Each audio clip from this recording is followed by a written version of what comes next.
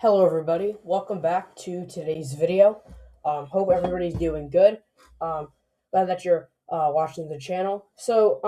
Today's topic, we're going to be talking about what state or commonwealth, I should say, has will have definitely a very big say over who will control Congress, or at least the margins of who will control the U.S. House of Representatives. That is none the less than Pennsylvania. We'll just get right into it. But before we do, please make sure to like and subscribe. If you enjoy and dig non-biased election content, um, then this channel will be perfect for you. Thank you. Now let's get back to it. So, why do I think Pennsylvania is so important? Well, we got to understand what Pennsylvania is because they it's relatively fairly purple state. It does tend to elect Democratic governors a lot, and we talked about that race with Josh Shapiro. But if you leave out the governor's elections, Pennsylvania tends to be very competitive, right? It along with Wisconsin and Michigan have and some other purple states have been voting for the winner of the presidential election by a lot.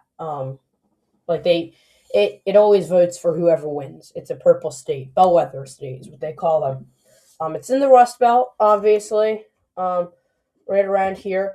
But there's a lot of it has a competitive nature, right? It has Democrat Senator John Fetterman, Republican Senator Dave McCormick, split delegation. The U.S. House congressional delegation goes back and forth between Republicans and Democrats. Republicans control the treasurer's office, the auditor's office, and the attorney general's office, and Democrats control the governorship and lieutenant governorship, which is big. The Democrats control the state house, and Republicans control the state senate. And voter registration is pretty tight. So you could tell it's a very purple state. It goes back and forth, and I'd say it has a relatively fair congressional map. Not super unfair. I mean, there's a few lines I would change, but in general, it seems to be pretty well drawn map. It goes back and forth, as I said. So, with that being said, you have the nature of Pennsylvania. Why is it usually competitive? Well, this is going to be why. Is just because of how Pennsylvania is and how its maps kind of change. So there is a slew of competitive districts. I'm not highlighting how they're going to go currently, but these are all the competitive districts. Maybe the sixth, but the sixth is probably going to stay safe Democratic with Chrissy Houlihan, most likely. And you have the safe Republican districts. Um, but these are all the competitive districts. Now, if you had a Republican wave, just say, not even necessarily 2026, but just say if Democrats in the White House and Republicans have a very big bloodbath, you can see a lot of these districts go Republican. That's basically it. If Republicans win really good at the statewide level, even that's how the congressional districts go. Or if there's a blue wave for the Democrats, possibly even later this year, you would have Democrats win these districts by quite a lot. Um, Say even Fitzpatrick retires, that could be a Democrat flip. So you have a lot of competitive districts in Pennsylvania. And because of the competitive nature, it allows for these districts to go back and forth when they're swinging.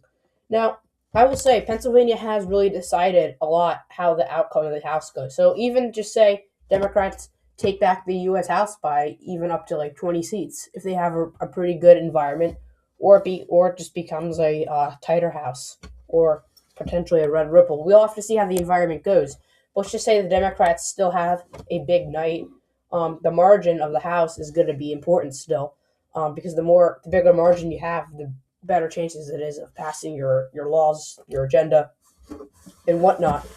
So let's just take a look at how Pennsylvania has decided the U.S. House, pretty much in every year. Now let's just start with 2024, which is the most recent. Republicans won the House by 5 seats. There were 2 flips in Pennsylvania, right here. I don't know if you can see that, but you had 2 flips in Pennsylvania, and Republicans held the 10th. That's 3 competitive seats. I would say that in the flip in Michigan and Colorado, which now equals 5, is the complete majority. Without that, Republicans wouldn't have won the House. And you had 2 vacancies in Florida at the time because they went to join the Trump administration. I think you have Michael Waltz. He resigned during Trump administration. Then you had Matt Gaetz abruptly resign. Um, that was two seats gone. Without these three competitive seats being won by the Republicans in Pennsylvania, the House would have been a 50-50 tie.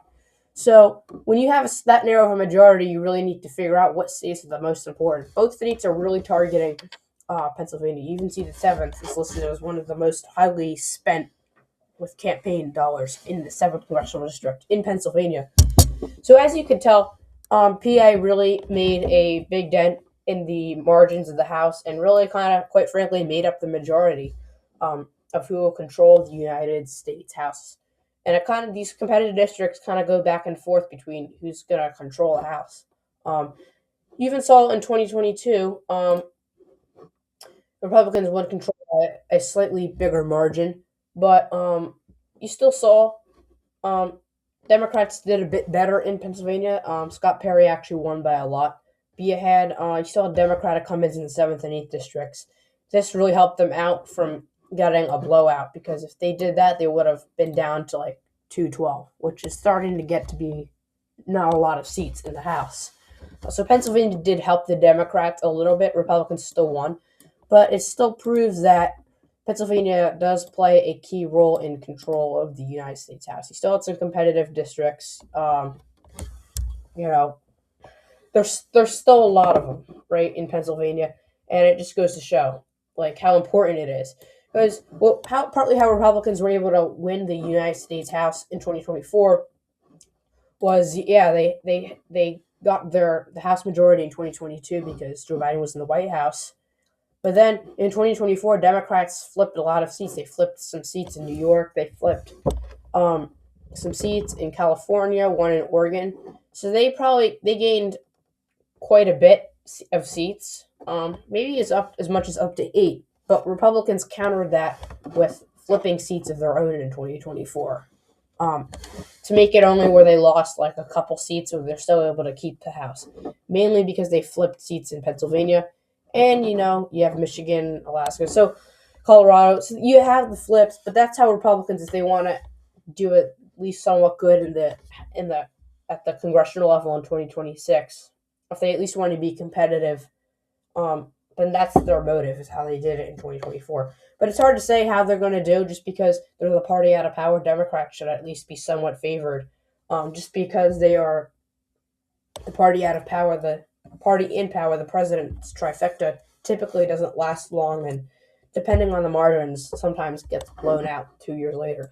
Even so, in 2022, the minimum that you would lose was 10 seats, which is what happened in 2022. So that's the minimum that Republicans might expect to lose in 2026, just based on historical trends. This is just based on that. So that plays a role with Pennsylvania. Even if you go back to 2020, the maps were different, but you could still see this is the 17th. That was only 3-point margin for Conor Lamb. You had Fitzpatrick and Perry win. And then you had the two Democratic comments in Eastern PA. Again, maps are slightly different, but you could still see how it was competitive. The 8th and 7th were narrow Democratic wins. That because the Republicans slipped 12 seats in 2020, which narrowed the Democrats' majority in 2020. Now, they didn't do it from Pennsylvania, but them holding the 10th and 1st district definitely helped them out. Despite it being a blue environment, Democrats still flipped a few seats. So that basically just goes to show how the House has been historically over the last few years. If you want, we can take a look at the U.S. House elections in Pennsylvania. You can see in 2024, they flipped two districts, the 7th and the 8th, and they narrowly held on to the 10th. And they did great in the 1st. Democrats still kept the 17th, though.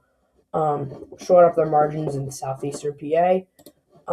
That area has been trending away from the Republicans in recent years. But basically how they were able to do it was, obviously you saw Fitzpatrick win. He's definitely an electoral juggernaut. He wins by these crazy margins in like a relatively even district. But if you want to go to the other districts, this is the 7th. This was very competitive. They voted for Biden by 0.6% in 2020, and then voted for Donald Trump by around 3 points. But you saw Ryan McKenzie beat out Susan Wild. This was very competitive, very much a toss-up. Republicans won this race. It's yet to see if he can pull it out for the Republicans this year in 2026. That has yet to be seen. It really just depends on the national environment. If the blue wave is strong enough, possibly, as what they're saying, McKenzie will probably go down, or he could just hold on if he finds enough crossover support. He has, from what sources say, placed some more moderate votes in the House, so he could be able to find crossover support, but we'll have to see how he does. This was a competitive race. Another one, the 8th district. This is Matt Cartwright. He was a kind of like the Brian Fitzpatrick of northeastern Pennsylvania. His margins kind of went down, though, as he went later in his career, because it's part of the Commonwealth has been trending pretty Republican. Matt Cartwright again was elected Democrat in 2022. He went down in 2024. Again, very competitive race. Rob Bresnahan probably won by around a point. So, as you can see, this is some pretty competitive districts. And then you have the 10th. Scott Perry only won by 1. This is a more traditionally Republican district. However, it's been trending fairly Democrat, and they ran a pretty strong, well-funded candidate against Scott Perry. And she's running again, so she's definitely going to give Perry a run for his money. His days in Congress could possibly be numbered. We'll just have to see how that race goes. But again, a lot of competitive races in Pennsylvania.